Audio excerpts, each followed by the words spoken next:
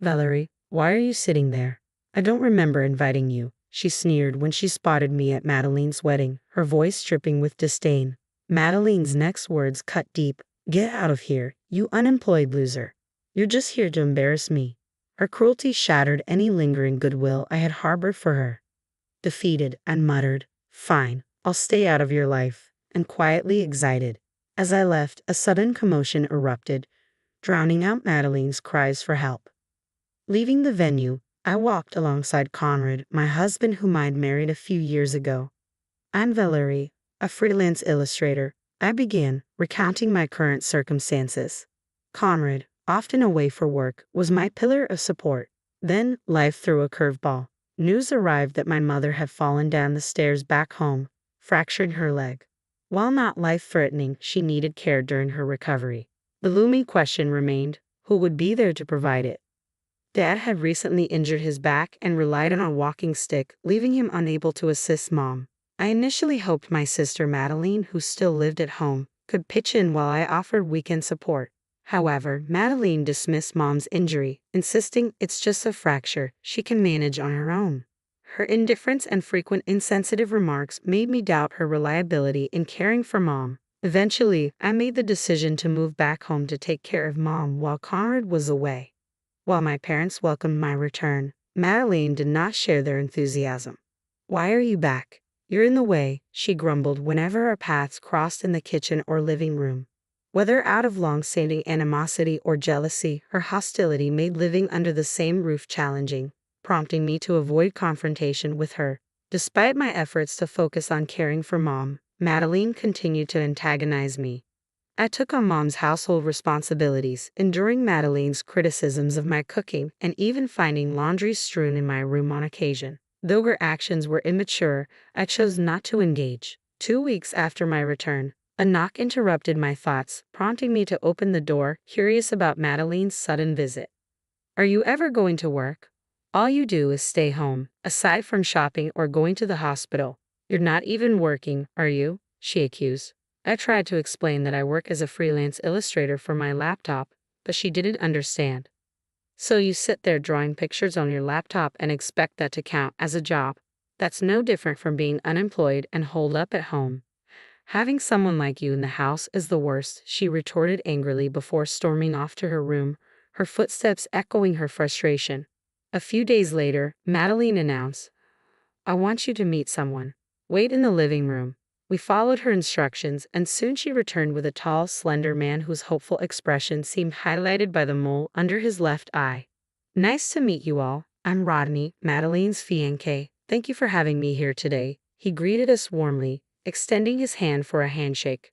Surprised by the unexpected visitor, my parents and I exchanged greetings with him, unsure of what to make of this introduction. Nice to meet you, we greeted Rodney, taken aback by the revelation that Madeline had a fiancé, a surprise to both us and our parents. As they began sharing their story, we exchanged puzzled glances. I met Rodney at work.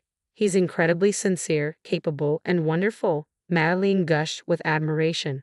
Don't flatter me too much, Rodney chuckled, clearly enjoying the attention. They laughed and reminisced about their first meeting, what drew them to each other, and their future plans together. Rodney spoke fondly of Madeline's outgoing personality, which struck me as odd since the Madeline I knew was often rebellious, self-centered, and lacked empathy. It was hard to reconcile this description with the sister I grew up with. I really want to marry him. Please give us your blessing, Madeline implored our parents, her eyes earnest. From my perspective, Rodney seemed too good for Madeline, and I had no objections to their union. Surprisingly, my parents shared the sentiment. Though caught off guard by the news, they smiled warmly and offered their blessings for the marriage. After Rodney left, while tidying up the tea and snacks, Madeline confronted me.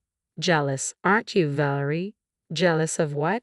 I'm marrying a wonderful, good-looking, high-earning man, something you could never pull off, she taunted with a smug smile.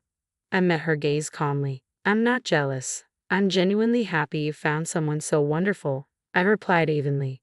Her smile faltered, clearly not expecting such a response. She sighed dramatically, her tone dripping with condescension. The snacks you served, Rodney, were so cheap.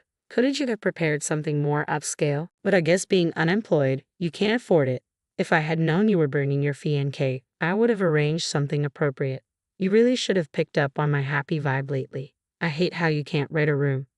As I looked at Madeline, I couldn't help but wonder how sustainable her marriage would be. That night, I felt concerned for Rodney. I reached out to Conrad as I often did when feeling lonely. His voice on the other end of the line was a comforting routine, helping me through the emotional weight of the situation. I told him about Madeline bringing her fiancé. Wow, Madeline has a fiancé. That's great news. Yes, his name is Rodney Bland. He seems too good for her. As soon as I mentioned that, Conrad's demeanor shifted. Wait, did you say Rodney Bland? Yes, why? What's wrong? Conrad's voice turned grave as he accurately described Rodney's appearance, mannerisms, and the distinctive mole under his left eye. Stunned, I asked, "Are you serious?" "Valerie, you need to tell Madeline to reconsider marrying Rodney. He's a scam artist." My heart sank. What? Are you sure? Rodney used to work for me. He left years ago after we discovered he was scamming multiple women out of their money and disappearing. I've been trying to track him down ever since. I stopped short of contacting the victims directly. We need to be absolutely sure it's him. Get a photo of Rodney from Madeline, and let's verify. Okay, I agreed, feeling a mix of disbelief and urgency. The next day, I approached Madeline under the guise of wanting a photo of Rodney to draw a caricature for their welcome board. She grumbled but reluctantly handed over the photo. When Conrad saw it, his expression hardened. That's definitely him, Rodney the scam artist. You need to convince her to reconsider before she loses any money, Conrad urged. I was planning to do that anyway.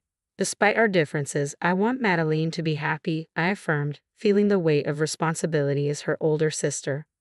I wasted no time in confronting Madeline with the truth about Rodney. She scoffed in disbelief. You're just jealous and trying to ruin my fiancé's reputation. I'm not. Connor told me everything. Please, Madeline, reconsider. You deserve better, I pleaded earnestly. I persisted in my efforts to persuade her daily, but each attempt only fueled her anger. She refused to listen, and her animosity towards me grew. I even enlisted our parents to reason with her, but when Madeline realized it was at my behest, her hostility intensified. She began to harass me openly, bursting into my room to berate me for being unemployed or banging on my door to disrupt my work. Despite neighbors' complaints, their hostility towards me persisted unchecked. I had reached the end of my patience and goodwill as her sister. While some might argue, she's your only sister, you should keep trying. There's a limit to what I can do for someone who refuses to listen and continually harasses me. I resigned myself to seeking advice from Conrad and my parents on how to proceed. On the day of the wedding, I arrived with a modest wedding gift and entered the opulent venue. The setting was grand, the food lavish, and Madeline's friends and relatives were already immersed in the celebration. As I observed the sumptuous spread being served, I noticed something unsettling. No drinks had been offered to me while my parents were enjoying a full-course meal nearby. When I queried the staff, they promised to check on it and disappeared. Moments later, Madeline, resplendent in a pristine white wedding gown, approached me, the click of her heels echoing in the grand hall. Valerie, why are you sitting there? I don't recall inviting you, she remarked coldly. Not just myself, but also my parents, the guests, and even the staff turned towards Madeline in astonishment. The lively venue, alive with chatter just moments ago, fell into an eerie silence, punctuated by hushed murmurs. Despite being the focal point of this negative attention, Madeline regarded me with a smug expression. You have the nerve to show up here after insulting my fiancé? Unbelievable. Oh, but I guess being unemployed means you don't understand basic manners, she sneered.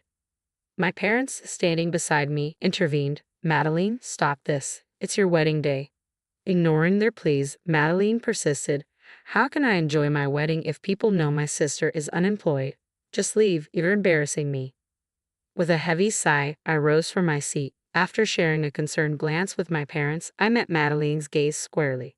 I came here to celebrate your wedding as your sister, but clearly you don't want that, I said, feeling the weight of her words. It's a shame. Who wouldn't want to be supported by someone who's unemployed like me? Fine then. I'm leaving.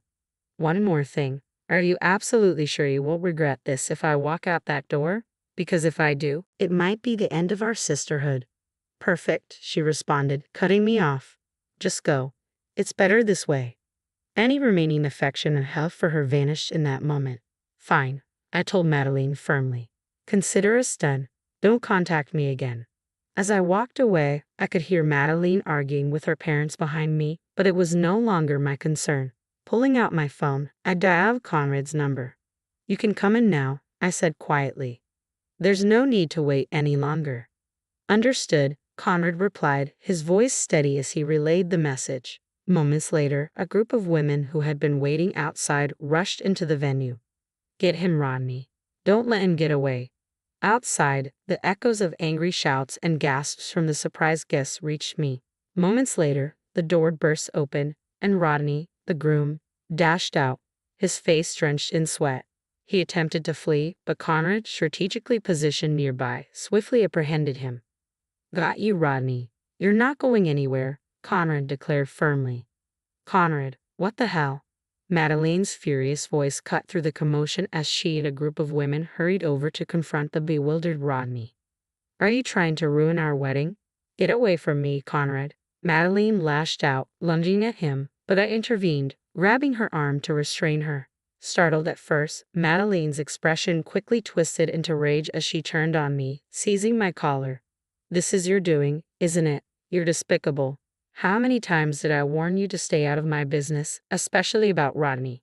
As I spoke, I turned towards Rodney and gestured towards the group of women surrounding him. Rodney here has been dating these women and scamming them out of their money. They're planning to take legal action against him. What? Are you kidding me? This isn't a joke, Madeline, I said sternly, looking at Rodney, who avoided eye contact, clearly uneasy.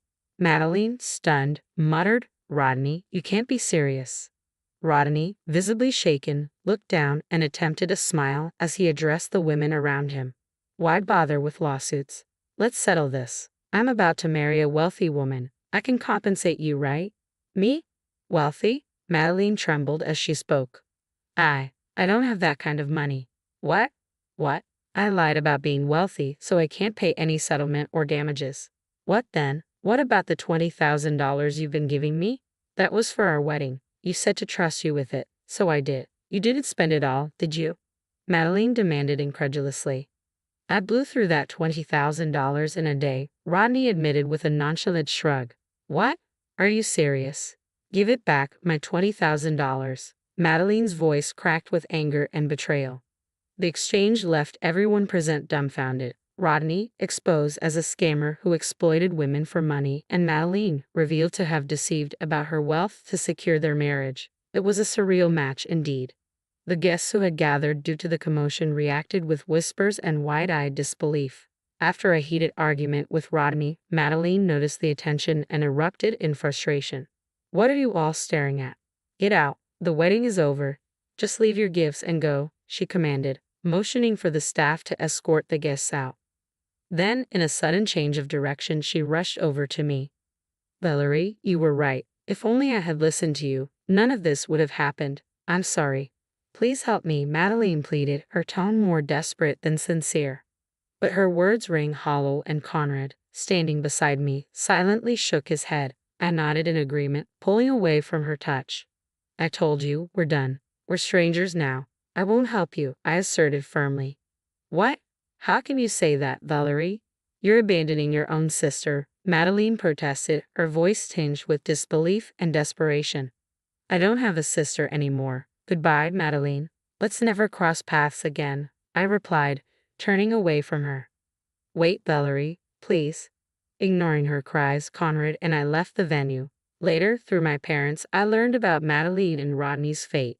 Madeline was disowned and expelled from the family home, forced to move in with Rodney due to their legal marriage. Rodney faced lawsuits from the women he had deceived, leading him to take out loans to settle the debts. The strain of financial ruin ultimately shattered their marriage, ending in divorce. Now both destitute, their once promising union had crumbled. About 6 months after Madeline's ill-fated wedding, my mother's fracture healed, and life resumed its usual pace. My temporary assignment concluded, and I returned home, visiting my parents periodically.